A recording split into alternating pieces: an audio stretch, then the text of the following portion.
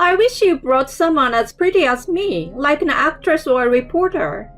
It's embarrassing that it's a plain piggy like you. I was astonished when my mother-in-law said that to me with a grin when I came to greet her at my wedding. How could she make fun of someone she had almost never met before? I envy you. You're obese and weigh 180 pounds? I wish you could share the weight with me. My in-laws gawked at my body shape. My patience was being squeezed to the brink of breaking under the condescending stares.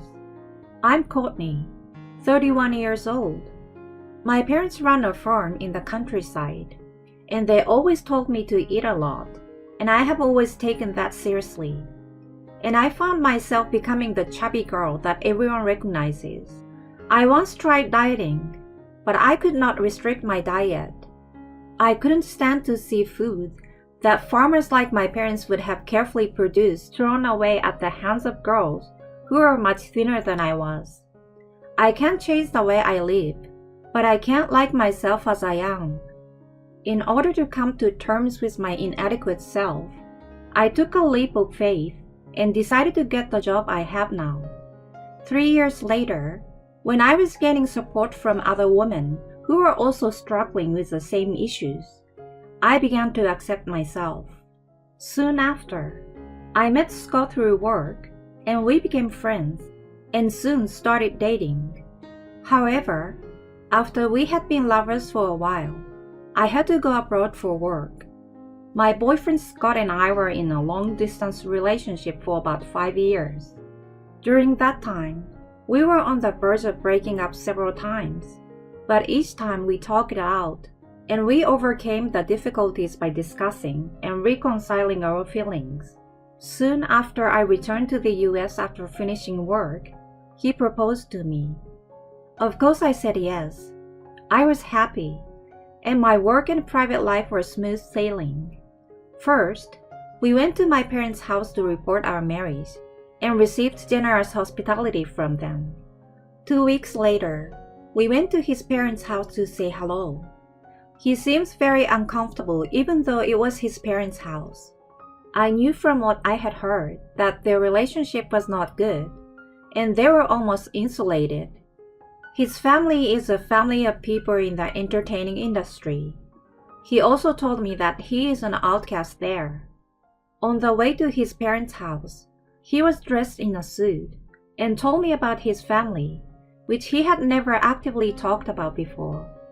His father, Robert, is a comedian who used to be a dominant figure in his generation. His mother, Chloe, used to be a model and was charismatic among middle and high school girls. His sister, Ellen, is a new singer. My parents are from the past, but they think they are still at the forefront. And I'm treated like a failure because I didn't become an entertainer. Sure, you're not a celebrity, but as a behind-the-scenes person, you're amazing. You're not a failure. He laughed at my unintentional words. You're more amazing than me. I can't say it openly yet though. Here we are. I was stunned to see my in-laws' house that he brought me to. The white Western-style house surrounded by a fence with roses in bloom in places. It was like entering a fairy tale world. It stood out from the rest of the neighborhood. This is your parents' house? I heard that my father built it according to my mother's taste. He told me this without hesitation and walked on with an unflattering look on his face. Hello, welcome. The man who opened the front door was my father-in-law with a cheerful look on his face. He was the comedian I used to see on TV.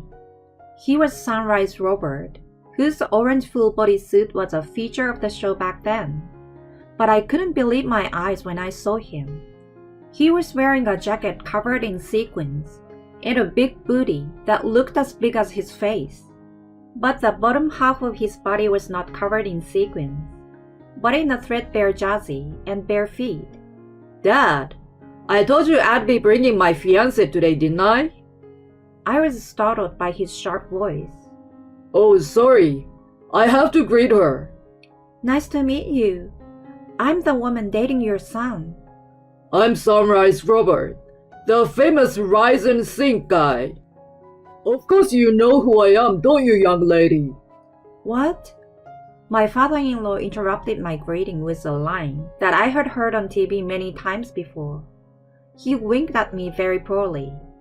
That word, that attitude, his earlier words, he didn't seem to care at all. Plus, he called me young lady. I was taken aback by the things he said and did that I didn't think he would say or do to his son's fiancée. You happen to be back for a while, and you still look as bitter as ever. Well, I don't want to stand around and talk, so come on in. Oh, you can't take pictures. It's a private space. My father-in-law said, and went into the back of the room, his footsteps making a pitter-patter sound. Welcome to our lovely home. When I opened the door to the living room, I couldn't help but smile at the two women who were there. There they were, my mother-in-law dressed violently, and my sister-in-law dressed like a magical girl. Both of them are suddenly slender and beautiful, as they are both celebrities. My mother-in-law looked at least 10 years younger than she actually was. The sister-in-law had pigtails and was wearing a one-piece dress with a big gem at the neckline. I couldn't believe that she was in her late 20s. We didn't know what kind of girl you were going to bring, so we went all out. I look good, don't I? I smiled affectionately at my mother-in-law's words. Combined with my father-in-law's attire, I feel as if I've been mixed in with a Halloween party. Then, I feel the judging glances, as if I wasn't worthy of being there. I gently dropped my gaze and reassessed my outfit. The dress I had bought for the occasion was brand new and without a single wrinkle. Even my accessories were simple and elegant. My hair and makeup were done by my favorite hair salon. I straightened my back and smiled at her. My name is Courtney, and I'm dating Scott. Nice to meet you. As soon as I had finished the basic greetings, my sister-in-law took one look at the paper bag I had handed her. Is that candy? I knew that with a body type like that, your souvenirs must be food. What did you say? I have that kind of body type? Now, you and I need to talk, don't we? Please sit down. My mother-in-law said with an elegant laugh, as if nothing had happened. I sat down in the chair and made a creaking noise. I heard everyone except me and Scott let out a small gasp. My mother-in-law widened her eyes and asked, Oh my goodness! How many pounds are you? Even my husband wouldn't creak. You're not 160 pounds, are you? Can you tell me? Hey, that's rude. What? It doesn't matter what I ask. Besides, if I need to, I will have to get a sturdier chair. You know what? Scott, it's fine. It would be bad if I broke the chair. I weigh 180 pounds. 180 pounds? Wow! That's like twice my size. How can you get so big? Scott gave one loud cough, and the family finally quieted down. He introduced me again, and we restarted our greetings. My name is Courtney.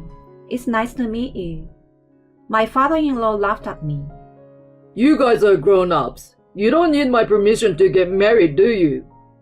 I was about to burst out laughing in relief, regardless of my choice of words, when my father-in-law continued. I'm sure you understand this. If you're going to marry that chubby plain girl, don't invite us to the wedding. What? Yeah, don't you feel that it's rude to me, who gave birth to someone as good looking as you, to marry someone like her? You started working at a TV station because you were longing for the glamorous world, weren't you? If you were going to work at a TV station, you might as well marry an announcer or an actress. If she were as beautiful as me, I would have welcomed her. It's embarrassing to be related to a country pig like her. Well, If you really want to get married, then we will have nothing to do with it. My in-laws nodded in agreement. We were appalled by my in-laws who rejected us as Come on, you don't know anything. Have you no shame? She's... He gulped down his words as I pulled his arm to calm him down. She's actually the #1 female professional wrestler or something. My mother-in-law and sister-in-law laughed out loud at my father-in-law's joking tone. Oh, really? But then again, her plump breasts and lower body are a bit of distraction, aren't they? My sister-in-law says this as she stares at me. My mother-in-law nodded in agreement and continued. I envy you. You're obese and weigh 180 pounds, and I want you to share your weight with me. Then you could give my slender figure a little more body. My mother-in-law pinched the flesh of my cheek. The fake nails dug in, and when I frowned, she gave me a look of obvious disapproval. What? I was only joking. You're such a rude girl to stare at me like that. Something snapped inside me. I understood how you all feel now. But let me ask you this. Would you rather have me or your family? I asked Scott in a quiet voice as I looked over at my in-laws, who were making fun of me and getting loud and excited. You, Courtney. He called my name in a whisper. I was ready for that one word. I slipped my hand gently into the bag that was in my hand and quietly asked the family, You told me to do what I wanted with my marriage, right? My father-in-law looked taken aback by the tone of my voice and laughed. As far as I can tell, you said that you don't consider us family or relatives. Can I take that as a declaration of insulation? So what? My mother-in-law beat down hysterically. I continued in a quiet voice. Understood. Then that's how we will take it from here on out. Thank you very much for today. We will leave you now. I stood up, bowed my head and left. We left the premises and got into the car. After taking a deep breath, I took his hand and bowed. I'm sorry for saying all that earlier. I will ask you again. Would you rather? I want to marry you. I want you to be my family. I smiled at his words, and we held each other's hand and started the car. Although he chose me over his family, I'm not that kind of person who can be satisfied with that and let his family's treatment of me slide. You know what? I told him what I was thinking. He seems hesitant for a moment, but then immediately said I could do whatever I wanted. I was going to confront that insane, self-centered family with reality. 6 months later, a message arrived on my husband's phone with a very polite text asking him to come to their house. The sender of the message was his family, whom he hadn't heard from. We could have ignored the message, but similar messages continued to arrive day after day. I should tell them about my plans for the future. We couldn't just leave it at that. We decided to head to my parents-in-law's house for the first time in 6 months. Finally, you're here! Why didn't you come right away? Oh, it's you! Long time no see. After opening the front door and yelling, my mother-in-law took one look at me. You must have thick nerves to really get married. You told me to do as I please. So not long after that, we got married. We contacted each other's parents about our marriage, but only my parents responded properly.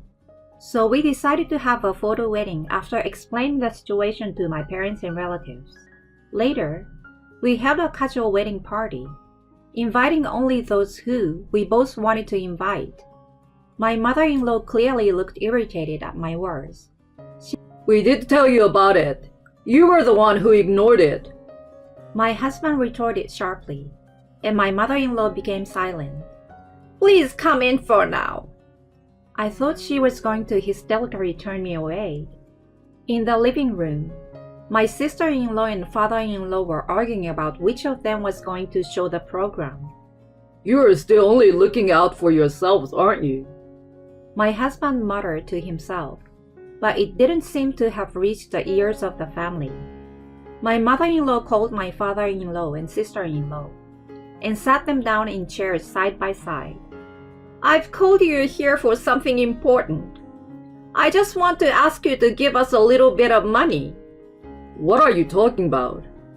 I only need a little bit. $1,000. No, $800. If you work for a company, you get paid every month, right? You need to help your family. I can't afford it. I have plans. Plans? We were going to Paris soon. It's for my job. Your work? Yes. Even if you're a little fat, it's easy to travel first class. At my words, the family members quieted down to a scene for a moment. Then, they started to laugh out loud. A country girl going overseas for work. You're going to lie like that because you don't want to help us out? I'm not lying. Besides, I'm not a farmer. She's a plus-size model, an actress who works mainly overseas. My mother-in-law and father-in-law opened their mouths. My sister-in-law rushed to her phone and started searching for information. Mom, look at this!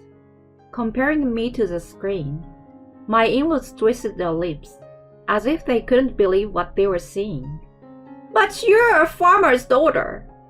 That's true, but I didn't take over the family business. 6 months ago, I still couldn't say it out loud, but now that it's open to the public, I guess it's okay. I took off the movie poster and took it out of my bag. No way! The three of them stared intensely at the poster. There I was, posing beside the main character, albeit with different makeup and hair, in a series of films by a Hollywood film director that everyone had heard of. I was a newcomer, but I had been chosen to be a key player in this film. Who cares if you're in a movie? My mom and dad have been in movies too. I've done a voiceover in an animated film or two. Yeah, that's right. Just because you've been in a movie directed by a famous director doesn't make you better than us. I smiled at my mother-in-law and sister-in-law, who were trying to get at me. You're right. I'm still a rookie, and I'm not well known. I was told I wouldn't be accepted unless I was good enough, so I didn't even get into my grandfather's production company. And I went on audition after audition, and that's how I got where I am today. Right? My in-laws smirked as if they won. Then all of a sudden, my father-in-law jumps up in a panic. Wait a minute! Your grandfather's production? He bit the bait. I suppressed the urge of smirk and replied with an annoying look on my face. Didn't I tell you? My parents are farmers, but my grandfather on my mother's side is the president of a Polaris Productions. What? My parents-in-law were speechless at my words. Yes, my grandfather is a powerful man in the entertainment industry, who is also known as the Don of the entertainment industry. He is known to many people in the industry, both young and experienced, and his words hold a lot of value. Polaris Production is also home to famous and popular actors and comedians with more than 10 shows under their belts.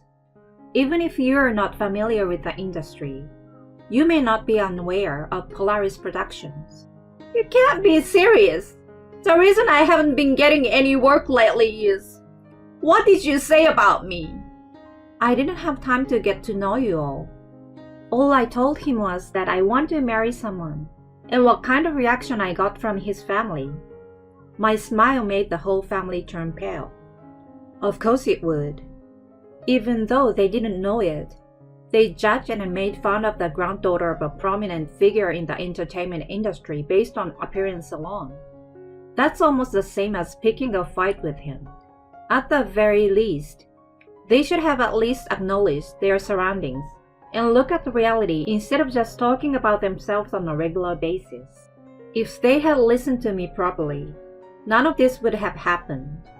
Then my father-in-law looked at us, raised his eyebrows, and made a cat-pawing sound. Hey, Courtney, say a few words to your grandfather for me, please. We are not getting any work, and if we don't do something about it, We are going to get shut out of the entertainment business. We are family, aren't we?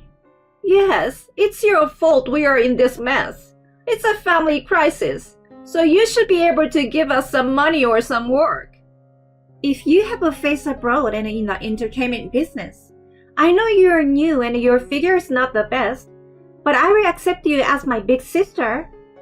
The three of them were looking at me with flirtatious glances, and it was hard to say anything. My husband sighed and then spoke up. We are going to Paris soon. We are moving there permanently.